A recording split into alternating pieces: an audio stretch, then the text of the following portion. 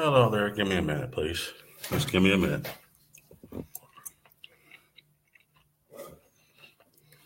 Give me a minute.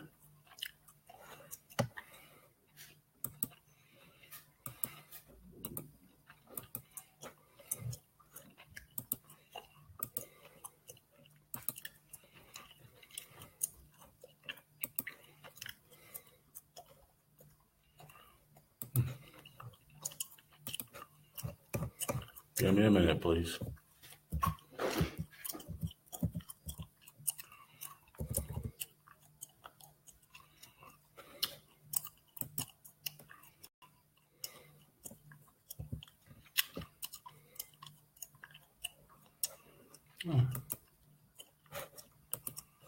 Give me a minute. Hey, get forward, how you doing? Give me a minute, please. Give me a minute. 1 minute, I'll start, okay? I have to wait. Like I said in the past, I used to start right away, but I've kind of noticed that more people join me towards the end, so I decided to wait a few minutes to get people a chance to join if they want to, okay? Just give me a little bit, please.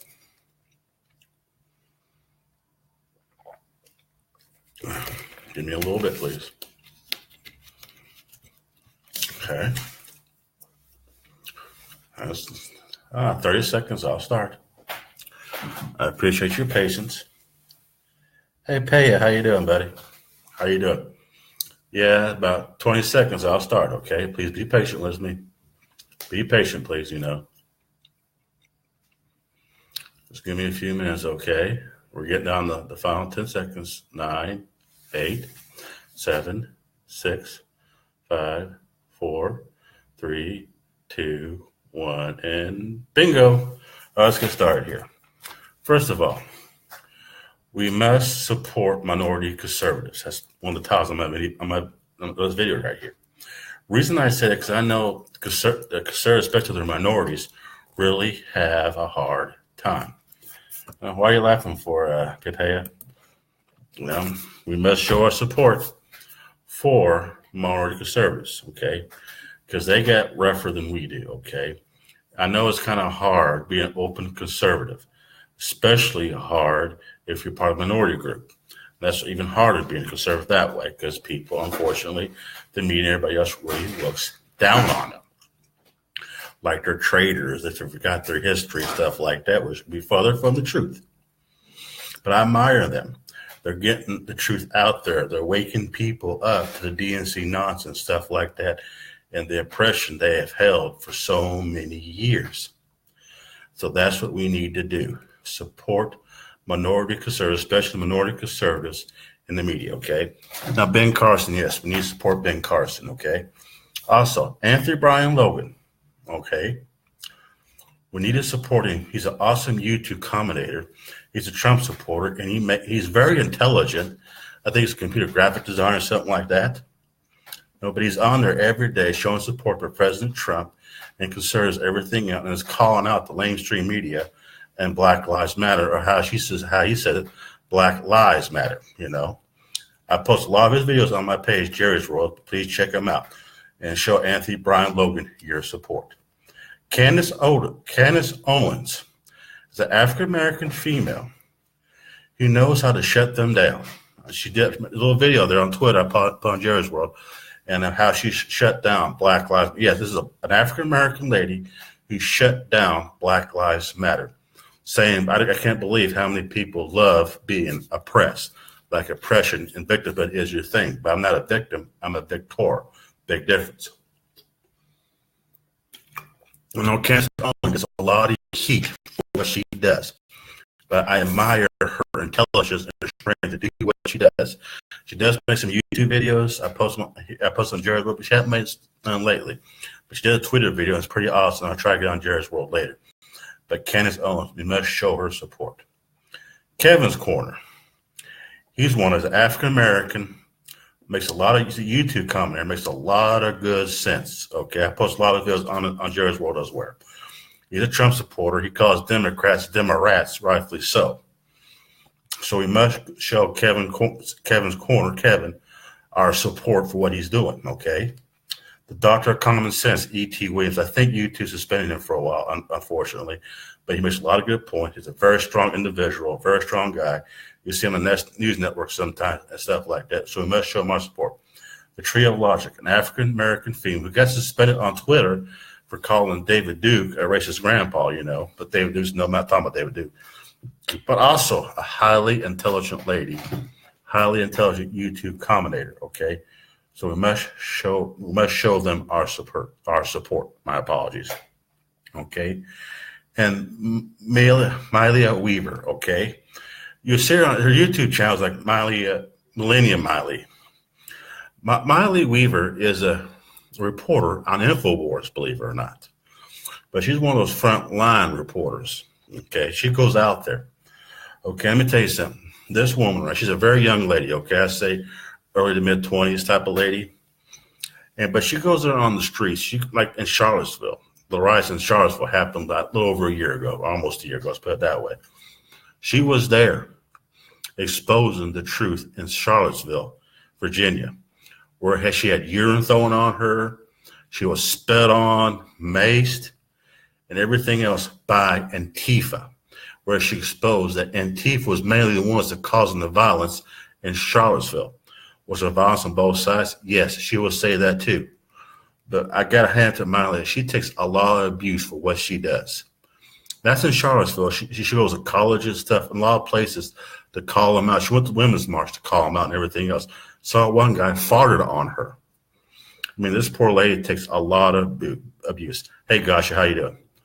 So we must show her our support. And unfortunately, InfoWars is facing a frivolous lawsuits, about Charlottesville, St. Hook, and other stuff, And why the mainstream media don't like InfoWars, because they expose the truth and a lot of bullshit that they do, that the mainstream media reports. They're very one-sided. They're very biased. And they always push the liberal narrative, basically. And InfoWars and a lot of these other things I mentioned, calls them out on their bullshit. And that's they're trying to get rid of some of these people right here. But we must show them our support. If you see their videos, share it, like it, and share it on your page, okay? Show them your support. If you want to donate money, that's up to you if you want to do that or not. I'm not going to leave it up to you right here, okay? These are the top names I want to mention right here. Now, if I leave some names, that doesn't mean I admire or respect. These are the main ones I can think of. There's a lot of minority conservatives out there, including women, who's out there trying to get the truth out to us. And we must support them, okay? So I left the name out. Not to say I don't support them. It just says, this is the top names I can think of right here, right off the bat. This is what I'm doing right here, okay? So show them our support, okay? Also, North Korea. I can say in North Korea, Trump wins again. He's going to accomplish that what no other president accomplished since the Korean War, basically, Reagan couldn't do it. Much like I admire and respect Reagan, but Reagan couldn't do it. Of course, Carter couldn't do it, okay? Do you think Bill Clinton, he made it worse? He's one of the main reasons why, not the main reason why, North Korea has nuclear weapons right now. Is Bill Clinton. I could back that up quicker than shit right there. Okay? And you had President Bush Jr. He was too worth a thumb up his ass, worrying about nonsense with Iraq and Afghanistan and everything else. Hardly even paid attention to North Korea. He sent aircraft carriers there. Woo-wee, that really showed them, didn't it? But it's focused mainly on the Middle East where it shouldn't be at the fucking time. Especially in Iraq. I'm not going to debate with you with the Iraq war or anything else. I was in Iraq myself. All I can say is that President Bush Jr. was so worried about bullshit, he totally ignored North Korea. And Clinton and Bush is part of the reasons why we got this problem in North Korea today. And, of course, Obama made it even worse for caving in to Kim Jong-un too many fucking times, So I mentioned, Clinton. I will say this. Reagan, Bush Sr., Clinton, Bush Jr., Obama, and now Trump. The previous 5 presidents could not handle the North Korea crisis, but Trump is fixing it. He wins. North Korea just announced that they're going to suspend their nuclear program. They're going to suspend their missile testing program, okay? They're going to talk about ending the Korean War. Because technically, the Korean War never ended. It's still going on. What it is like a ceasefire agreement. They agree not to shoot at each other, basically. But the first time, almost 50 years, okay, the Korean War is a good possibility will finally be over. What will happen after that? I really can't tell you. I wish I could give you a definite answer, but I can't. Anything can happen after that. Okay.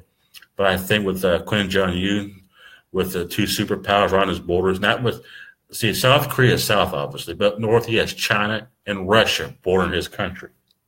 And them two probably is pressuring him to make a deal with the United States because them two don't want a nuclear conflict. Yeah, they want North Korea to have a nuclear conflict with South Korea and the United States.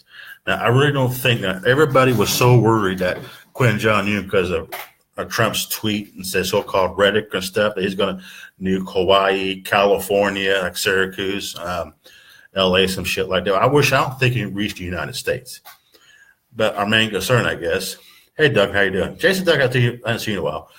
But his main concern probably was nuking Guam, Hawaii, the Japanese, something like that.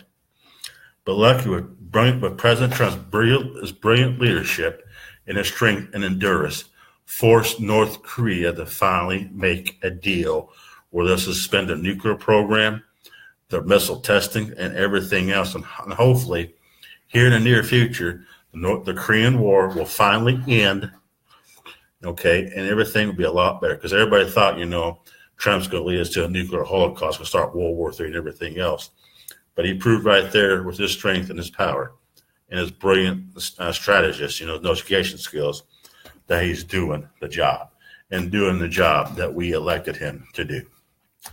Okay, as far as the DNC, in case you haven't heard, the DNC is going to sue the Trump campaign, WikiLeaks, and Russia. Now, how in the hell can the DNC sue a damn country? I don't know. All I can say is good luck with that. And DNC, okay, they're not going to sue Trump himself, what I read. They're going to sue Jared Kushner and Paul Manafort and I think Rick Gates. And they don't realize, these dumbasses didn't realize they opened themselves a can of worms that they probably wish they wouldn't open. They're going to regret this later, I guarantee it. Because now they have the opportunity now, because I read Trump's tweet, okay? Hey, I can't say for me, but he misspelled the Teddy Wasserman show. He put Wendy Wasserman shows on there. Okay, something about subpoenaing the DNC servers.